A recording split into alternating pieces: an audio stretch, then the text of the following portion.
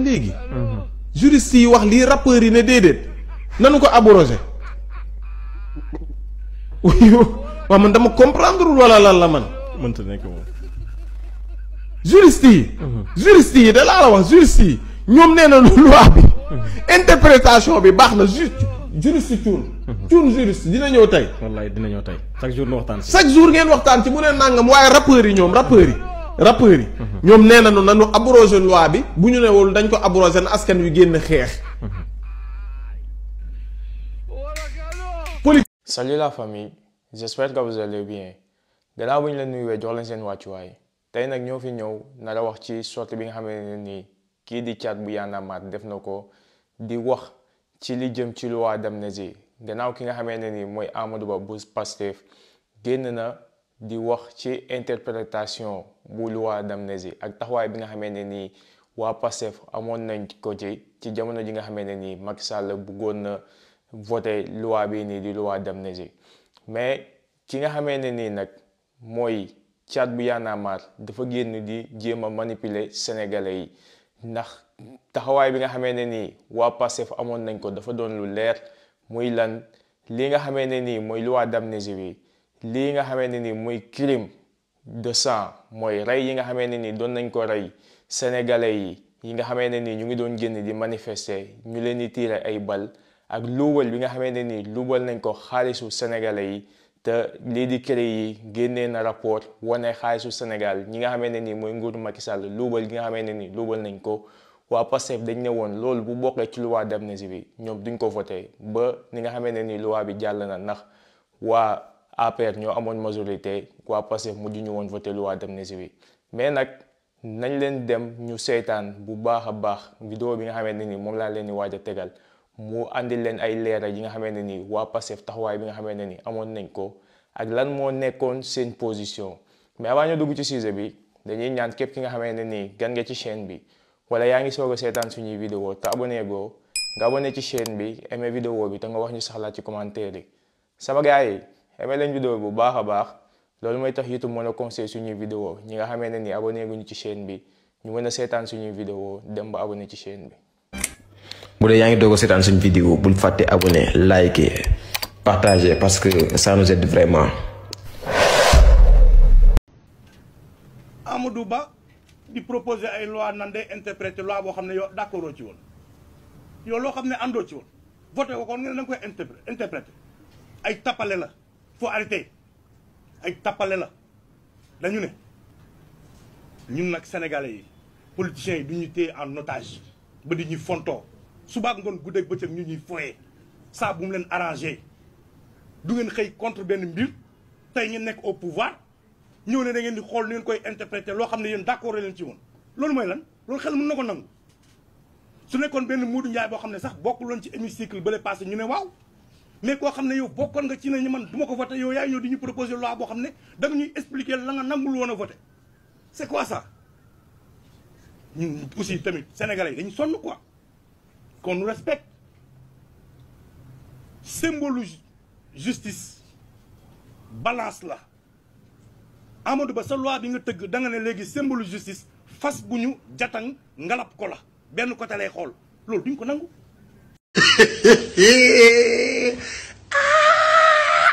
na mën a caan rek ngeen di fuurale tànk lépp man damay wax ne loi bi tey ñi nga xam ne ñoo ko yore war koo doxal nii lan moo nekkoon seen position démb ak seen position tey xam nga Serigne Touba day wax benn wax bu am solo yow mun a gor la féeg waxut su waxee rek jaam la mu wax su ko teggee rek maanaam su lu mu wax su ko defee rek nekk gor yaa ngi dégg Serigne Touba daf ne gor la féeg waxut su waxee rek jaam la mu wax su ko defee rek nekk gor kon da ngay jàpp ne Pastef dafa am lu ñu waxoon askan bi mooy dañuy wax ne ñun loi bii nii Sonko daf ne woon ne fii crime mi ngi ciy nekk crime de sang mi ngi ciy nekk torture yi bu leen ko voté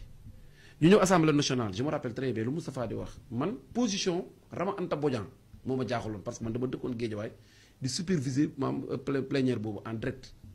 ma gis position Rama Anta Bodian ma woo kenn actuellement c'est un DG ci DG yi boobu jamono jooju ñoom nekk fi sax mais je l'ai appelé au téléphone ma ne ko mais yow Seck mënuma ma ne ko mais est-ce que yéen Rama Anta Bodian ça va mënuma li tax ma ne ko mais seen position bu taxaw mënuma man mii sax fu ñoo jaaxal ñun ne ko au fond ñoom xamu noonu lu xew ba affaire bi jeexee loi bi amnistie bi ñu voté ko mu jàll ci guddi gi ma jot Rama Anta Bodian ma ne ko mais yow position bi nga taxawee mais yow est-ce que mënuma non si mënuma mais nag lépp yéen da ngeen koo xamutoon mënuma dañoo dajee kat Birame Souleye def waxtaan Birame Souleye dafa gis Ousmane Sonko ñu xaajoon député yi kenn ku nekk position booy taxawee si vous rappelez très bien boo seetloo Cheikh Thioro Rama Anta Bodian ak Guy Marius Sagna ak Birame Souleye si je ne me trompe pas ñoom ñoo njëkkoon ñoo jëloon parole mu ne boo seetloo kenn ku nekk time boo waxee bokkut ak suñu time bi ñu waxee mu ne kenn ku nekk dafa am position bu ñu la joxoon yow yaa war a laaj question bii fii ak loolu leerul conclusion bi su fekkee ne crime de sang da cee bokk ak torture yi duñ ko voté mu ne loolu nag lañ doon avancé moo tax ñu mun woon a avancé ci lu bëri ma ne ko mais demoon naa ba ci kaw dama ne yéen da ngeen a dof parce que yërëmoo leen doomu jàmbur yi nekk ci kaso yi kon yéen seen intérêt bopp rek leen taxoon jóg ba dëkk bi yëpp du bëri meer leen ci non dañoo war a taxaw mu leer dañoo war a radical mais nekkatu ñu ngi sóoraal lii ñëw gutoon léegi lan ngay jàngat yow est-ce que ñoom position boobu ñu taxee woon départ ba léegi moom lañ nekk di dem nii wala dañ cee wàcc loolu mu nekkoon question bi man pour man looloo nekk tey question bu nekk en jeu est-ce que ñoom ñu tëggaat loi bii nii est-ce que position bi ñu nekkoon démb ba askan bi voté leen ci lañ nekk ba léegi wala nekkuñ ci te boo seetlu au fond ci lañ nekk maam mooy ne ñoom ñi nga xam ne ñoo rey xale yi ak torture du def loolu kenn waru koo sëgg muy dem parce que dañ ko war a corriger ëllëg nit du am sañ-sañ di ko fi def parce que Ousmane Sonko à chaque fois da koy wax daf na dafa war a jeex ci Sénégal ay magistrat wala ay nit yore ay ndomba tànk toog sa kër tëjlu ay nit dem toog sa kër lekk ceeb dem tëddaat ñu pare maam ay nit ñàkk seen bakkan ñu tourné di dem et aussi tey lii lépp lu ko tëgg ñun ñoom xam naa ne ci fen la sosoo woon nañu waxante dëgg rek xul jàll ak xosaxal baat inal baat na ko zuuxan tey nga dem ba ay doomu aadama ñàkk ci seen bakkan ci loo xam ne ci yaama neex dañu waxante dëgg nee naan ak ka doon tii rek ka doon jox ordre yi mais loolu kenn waru koo mën a sëgg dafa war a jot sax ñu leeral ko askan bi mooy ku fi nekkaat tey ñoom ñi fi nekk nii duñ am sañ-sañ war a jox ordre Moustapha mu koy def pour ëllëg Moustapha xam ne ordre boo xam ne légalut waroo koo manifester mu dem da nga war a bañ ba tëdd ci suuf mooy tax ñi fi nekk ti ëllëg ak nomb tànk buñ la mënta jox muy un colonel wala juge wala leneen kii di la ko def loo ëllëg day dem yoonam te boo demee tamit askan bi dañuy wax ne dañ ko leeral dii tey ñu taxu ni askan bi ñoo soxla ñu leer balaa maa dee nag ñuy jël ay doomu aadama nit bakkanu doomu aadama nu mu fooroo di ko méngoo ak leneen man loolu laa mënul gëm Moustapha c'est-à-dire que ñu rey dañu leen bu ñu demee dégg naan noonu lu ñu yàqal diw lu ñu yàqal diw mais lu ñu yàqal diw ñun yàqal seen bakkan yi nag fan la ñuy dabaatalee pour seen bakkan yi ñëwaat tey am na koo xam ne chaque jour dama koy wax dama ne am na benn maire boo xam ne ba muy dem voté ji voté wutoon moom Ousmane Sonko wala président Diomaye Faye pour mu ñëw maam di ko tabaxal route moom lan la wax doomam jooju ñu rey fan lañ teg ba rey ko mais lan mooy sax ay nit population bu taxaw maam téewut lu dul xeer jàkkaarloo ak yow ngiy tiir bal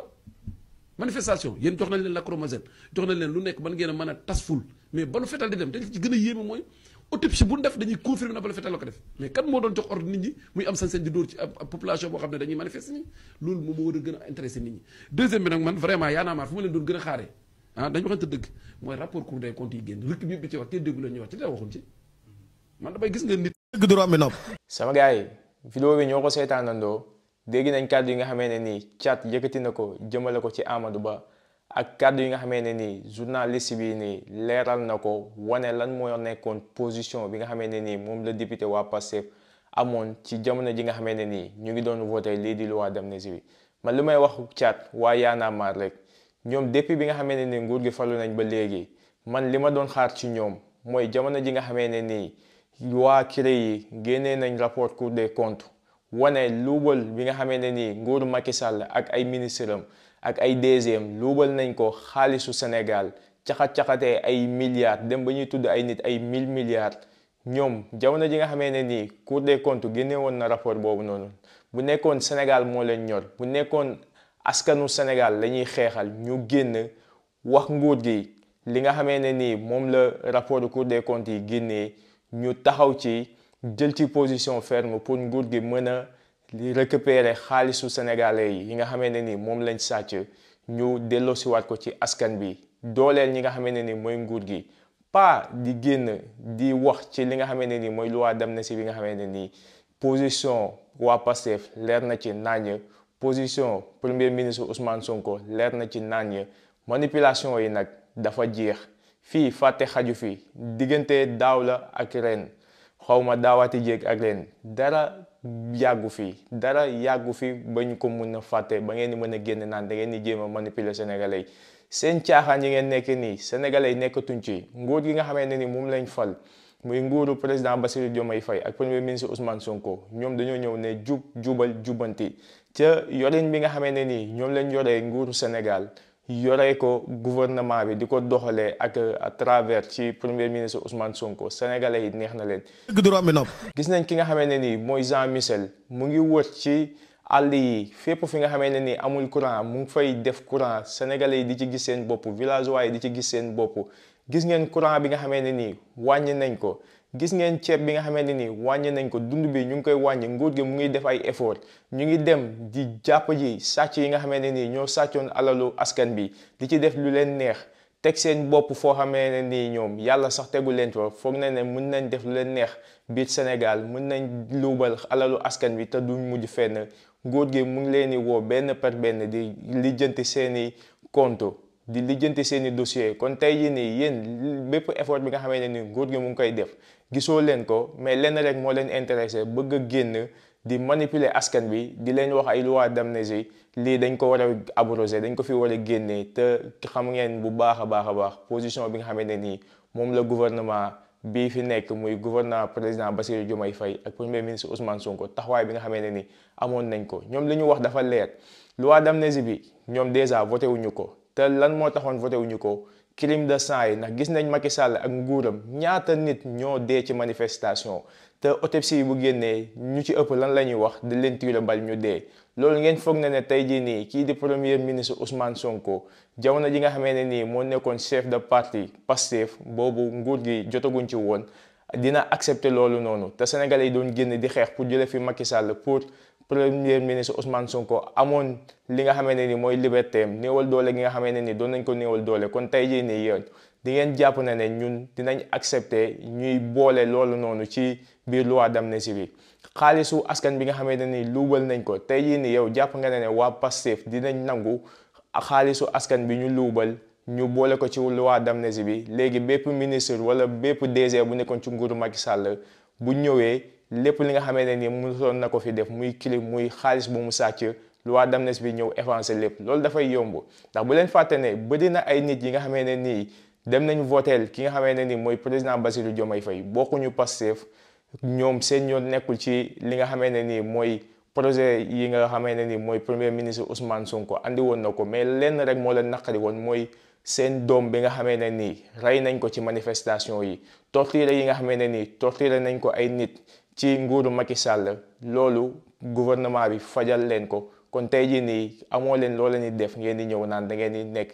di jéem a manipuler sénégalais yi képp ki nga xamee ne nii tax nga ci deewu benn sénégalais ci jamonoy manifestation yi nga xamee ne nii ñoo fi jàlloon lépp dina leer yéen gënoon ñoo leen bëgg affaire yi leer ñun ñoo gën a bëgg nit yi nga xamee ne nii rey nañ leen ki leen rey mu fay crime bi nga xamee ne nii moom la def képp ku luubal alalu askan bi nga delloo si waat ko buñ lay tëj prison ñu tëj la prison booy fay amaan nga fay amaan ñu teg Sénégal ci yoonu